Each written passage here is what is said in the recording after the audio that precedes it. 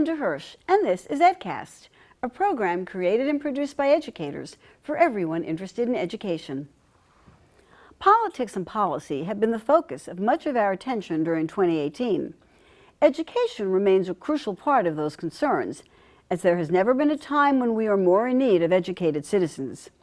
In January 2018, I sat down with education commentator David Bloomfield to discuss what lay ahead for education. Chancellor Farina had announced her retirement, and the mayor was touting his campaign for equity and excellence. Today, Professor Bloomfield joins me to look back at the year in education and to discuss what to expect in 2019. Coming up now on EdCast.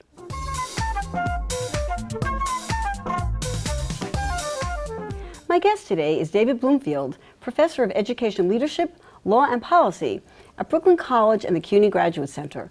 He is a frequent commentator on issues in education in print, digital, and broadcast media. Thank you so much for joining us today on EdCast. Good to be back. This is our year in review and looking forward, kind of prospect and retrospect, and you were my guest in January 2018 when we talked about what were some of the new things that were going to be happening. And so let's see what did happen and what we think is going to be going on moving forward. First thing in January 2018 was the announcement of the resignation of then Chancellor Carmen Farina. And we spoke a bit about who might be a worthy replacement. And I recall you said that you hope that the mayor would allow the new chancellor to take the reins. Do you think he's given Carranza the reins? I don't think he's given Carranza the reins, or at least in any sort of actionable way.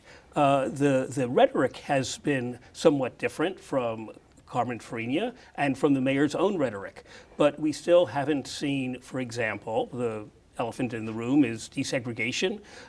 Carranza says the word, but there has been no leadership out of the central DOE on that issue. Let's talk about a number of issues. Okay, he's going to have many issues to contend with if he is to create his own legacy. As you were saying, you know, he needs to create his own legacy. You did praise Carmen Farina as a tough act to follow, but you said that you really focus more on small initiatives rather than having a larger vision for the DOE. Do you think Carranza is a person with a larger vision? He clearly has a larger vision. Again, I'm looking for action rather than words. He clearly is a strong proponent of equity. He wants to reduce, if not eliminate, the screen schools that create the kind of segregation we have in this city. He wants to put resources into those neediest schools and students. Obviously, he's also a big proponent of bilingual education and the Latino population. All of those are really good things. But of course, he's an outsider. And it's taken him at least this long and probably longer to really master the system. So Carmen Farina was an insider and she really didn't have that kind of a learning curve, and you're saying that he does, and I guess that's understandable. I'm going to try to take some of the issues that you brought up one by one almost, okay, because there's a lot to talk about and I want to get to a lot of it. One thing we commented on in 2018 was that Carmen Farina did step back a bit from the DOE's overemphasis on testing. Where do you think we are with that now? Have we made any progress, or are we still relying a lot on testing? We are still relying a lot and too much on testing. The issue has somewhat faded because everybody seems to be against over-testing, but what that means to different people is a matter of some discussion. And the big test that people were talking about is the SHSAT for the competitive high schools, and that test still rules the admission to Stuyvesant High School, Bronx Science, Brooklyn Tech, and others. We are going to be devoting an entire EdCast to that question of the specialized high schools. I always have to say that I went to a specialized high school, so I have my own feelings about what it meant to be in Bronx Science. I want to ask you, though, since this was going to come later, but let's go to it now then. Do you believe there should be specialized high schools for students who we think are extra bright? Perhaps there's a community desire for specialized high schools, so I think that they will exist. Whatever, in a perfect world, maybe not. but they will exist. So the question really is who gets into those specialized high schools? And now we have a single rank-ordered test that determines that, which is highly dependent on tutoring, we've now learned. Parents are saying, my child worked so hard on the tutoring, they have a right to go to this high school. And de Blasio's plan is more weighted toward scholastic achievement. My child worked so hard to get straight A's, they have a desire and a right to go. It's a complicated question, and again, we could really get sidebarred into this for the whole conversation. I do know that the issue, when I went to science, there was very little tutoring, and it was a segregated system, even then. So there was no tutoring. I don't remember any tutoring that existed in those olden days. There was none, okay. And the other thing is, of course, sometimes grades. I know some of the kids who go to Stuyvesant, and there was a recent op-ed piece about what grades mean and don't mean. Some of the really bright kids are not the ones who are the best studiers in terms of their average. So it's a complicated thing about That's right. who you get into those schools. But it's also why there ought to be multiple measures. Right. The I don't think they've worked it out yet. NEACP Legal Defense Right. Fund, the Asian American Legal Defense Fund have all called for multiple measures Well, so that we could have a more rounded student body. And desegregation is important just as an educational experience. Absolutely. And that's what we don't have. I just don't think they've worked it out yet, Well, but I think we're going to have to see how that goes. More But to okay, come. no, it's a big conversation, and I am going to have someone come on to really talk about the test itself, to analyze that test and really take a look at it, because I think we should all know exactly what's on that test. I know it's changed from my day, certainly. Okay, so that's another big issue, and it is a very segregated and one system. where Carranza has talked a good game, but of course there are 5 schools that he admits the mayor could stop Yes. having the That test is for correct. immediately, and they haven't done that. They've basically punted up to Albany Right. and said it's now Albany's problem. Because Stuyvesant, Science, and Tech are the ones that are governed by the state legislation for the test, but the Exactly others are not. right. I understand. It's a complicated story, I have to say. Okay, so let's go to other Let's go to complicated other stories. complicated stories. Hopefully, let's go to success. How about universal pre-K? Came in with a lot of fanfare. Seems to be implemented widely. What do you think? Has it been a success? It has been a wild success. Not only did it start with 4-year-olds, it's now gone down to 3-year-olds, which is a very good thing.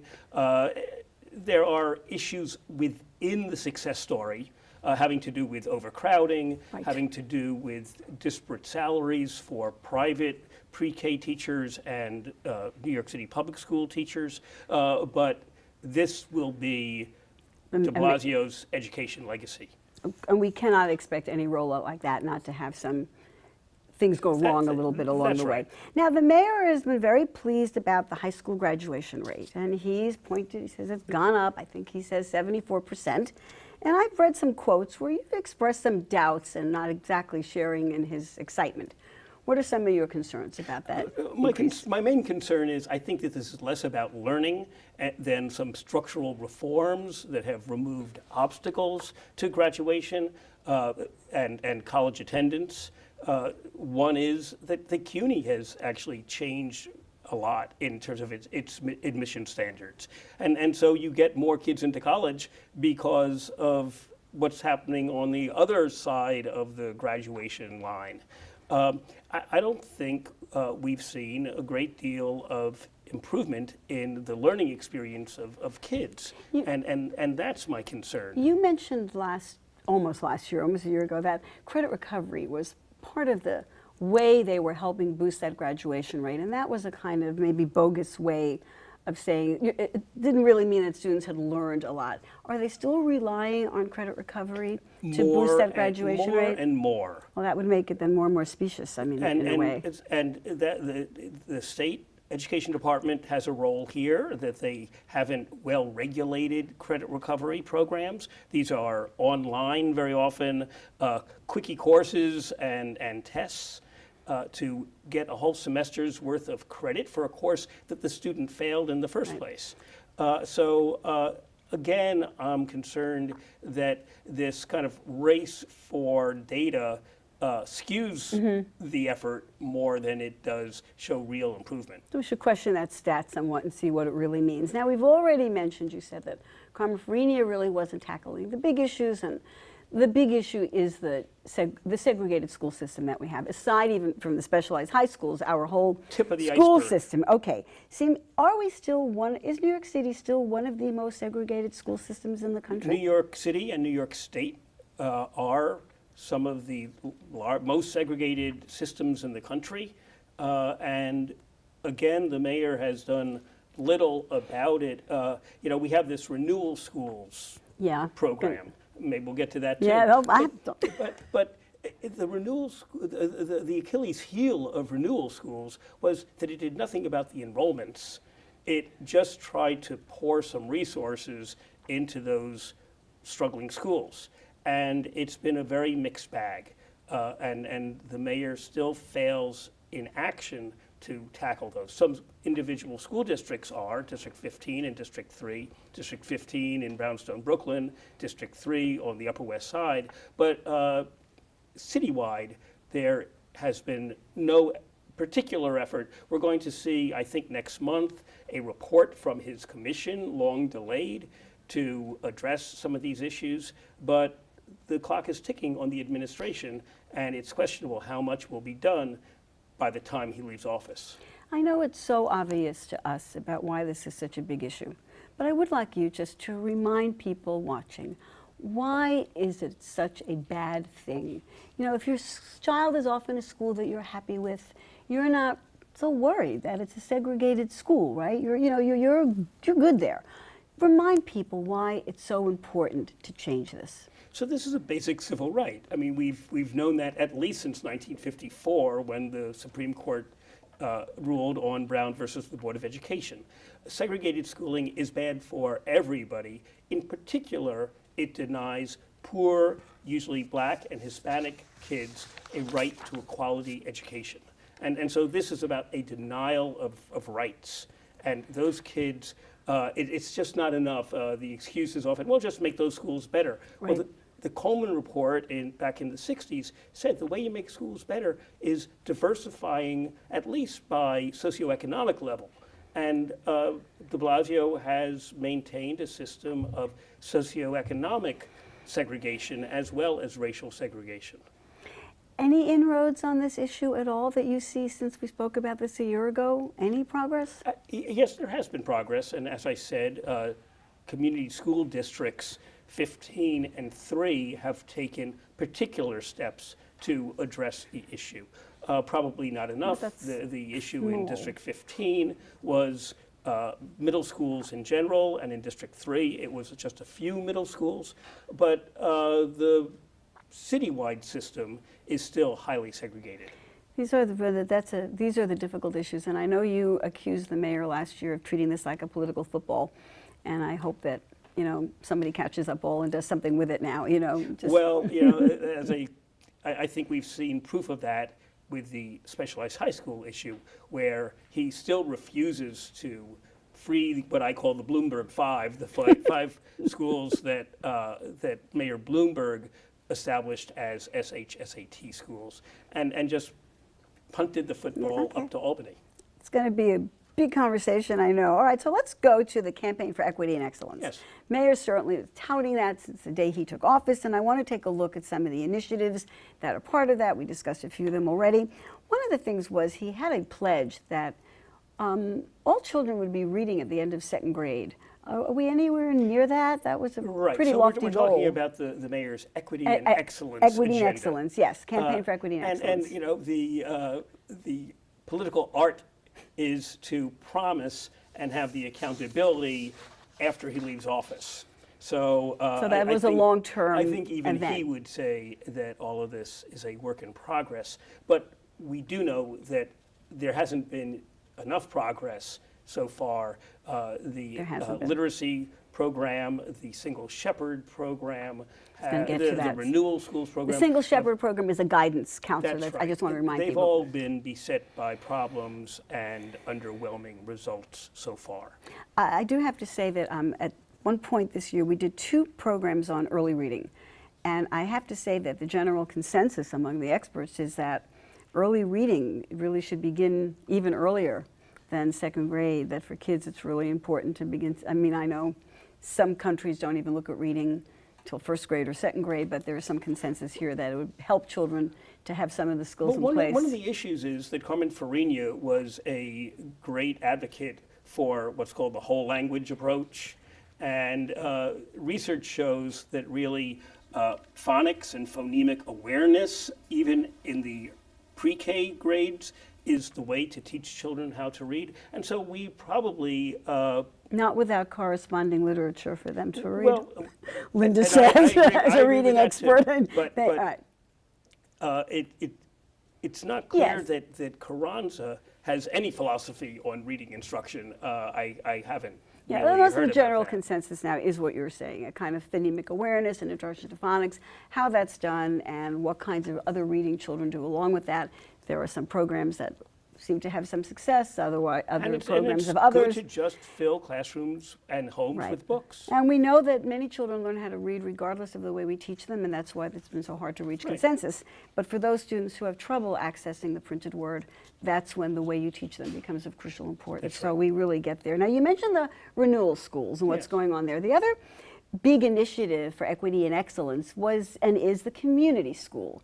Since that's a school we're housed under one roof, or multiple services for students and families so that they don't have to leave the school premise for therapy or for counseling and for guidance and for whatever, for even for physical needs, medical needs. Now, when we last spoke, there were not too many of them. Over the year, there have been many more community schools. How are they doing, and are they living up to their promise? Well, I'm glad you asked, and it's an appropriate moment to ask, because just this week, the IBO, the New York City Independent Budget Office, came out with an analysis saying a disproportionate amount of the money that was supposed to be dedicated to these kind of social services has been going to academic supports. Again, you know, we were talking earlier about the emphasis on test scores, and that's how behind the scenes we see test scores really dominating the classroom more than it should and more than is now publicized. That fight has not been won. All right, well, and again, they were not intended necessarily for academic performance so much as though the expectation always was that if you provided all of these things, you would see Right, so it an seems uplift. a little bit like a bait Yeah. and switch. Okay. We're going to provide Right. all these community supports, and it turns out that it's going to tutoring. Another big issue that you, I believe, commented on this past year has been that some of the yeshiva schools, the very ultra-Orthodox ones, have not really been providing their students at all, I use the word at all, I think that's probably correct, with a secular education. The mayor did move on that a bit, it seemed to me, recently. What's your take on that? My take is that the mayor only moved as a kind of political feint. The investigations still aren't going forward. They're not comprehensive investigations in the first place, and a number of high schools haven't been investigated at all. The good news is that the state education department has entered with very strong guidance, now under attack, that the schools really must provide a substantially equivalent curriculum of secular studies to the public schools. And now de Blasio and Carranza have their marching orders to get into those schools and really make sure that children are being provided with secular studies as well as religious studies. Right. This is not a war on yeshivas. Right. It is an attempt to make sure that all children learn English, science, math, social studies, and the arts. You know, for some of these schools, I'm sorry, that's not important. So they will have to be told that is important. We're running out of time, and we haven't even turned our attention to CUNY. So let's take a look at CUNY, all right?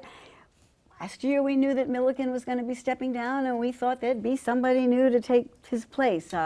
What do you know about the search for a new chancellor, and what would you like to see? What kind of qualities would you like to see in the new chancellor? The latest word from Bill Thompson, the chair of the CUNY board, appointed by Governor Cuomo, and all roads lead to Cuomo on Right. this, is that next month in January there will be a new chancellor named.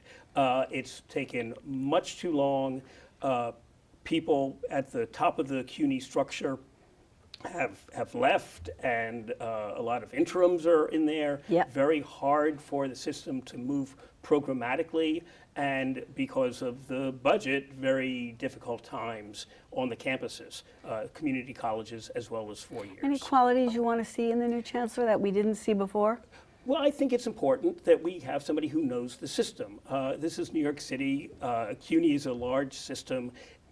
We don't want to see a situation where we've been on hold for a year without a chancellor, and now we're going to be on hold another year because the chancellor has to get their feet wet.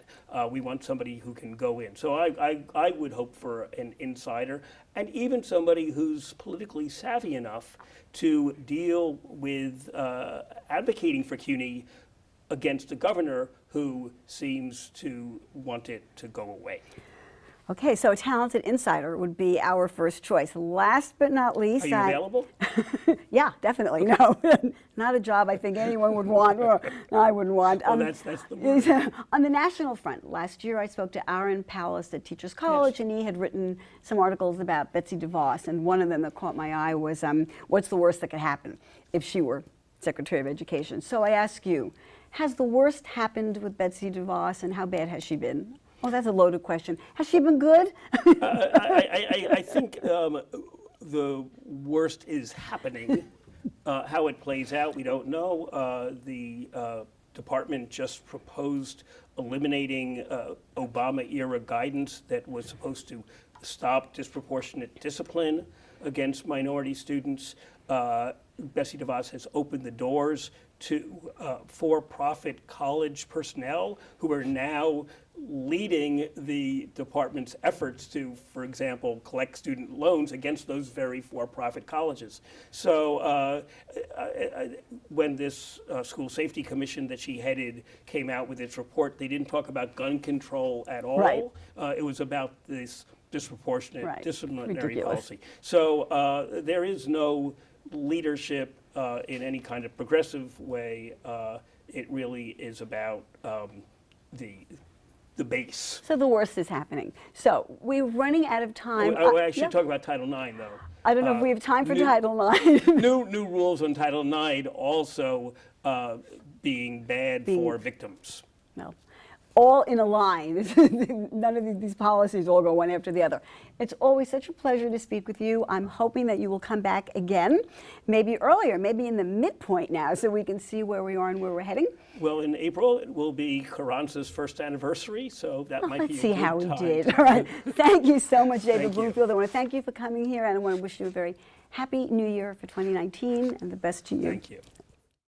So the end in mind is really how have, when whatever my tenure's up, have we empowered the system to actually create conditions for students to be well served in the city of New York? Not just some students, but all students in the city of New York. Coming up next, our Ed Bites.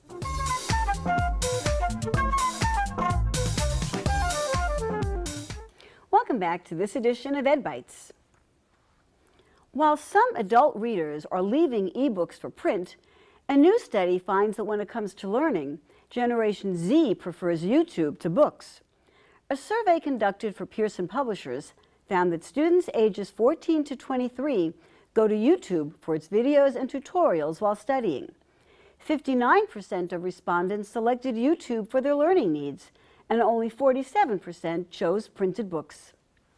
Are schools providing students with the literacy skills they'll need to succeed at work? Education Week reports that employers say students lack reading, writing, and verbal communication skills, along with critical thinking and the ability to work in teams. A commentary in Education Week looks beyond these skills to focus on the life or human literacy skills all students need, regardless of workplace demands. These formative 5, empathy, self-control, integrity, embracing diversity, and grit, are identified as essential for success. In the 2015-16 school year, the U.S. government reported that 8 million students were chronically absent or missed more than 15 days of school. The Wall Street Journal also reports that more students are cutting class. School districts are trying a variety of approaches to combat cutting. These include requiring a $25 re-enrollment fee, prizes for good attendance, and addressing the issues of poverty that often result in absenteeism. We will continue to hear much about screen time and children. Pediatricians have already warned that children under 2 years old should have no screen time at all. A new report indicates that too much screen time for adolescents may result in lower cognitive skills. The Adolescent Brain Cognitive Development Study found that 9 to 10-year-olds who spend more than 7 hours a day on smartphones, tablets, and video games experience premature thinning of the cerebral cortex and a corresponding negative effect on brain development. That's it for this edition of EdCast. We look forward to seeing you in 2019. We'd like to hear from you. Please send your thoughts and comments to cunyedcast@gmail.com.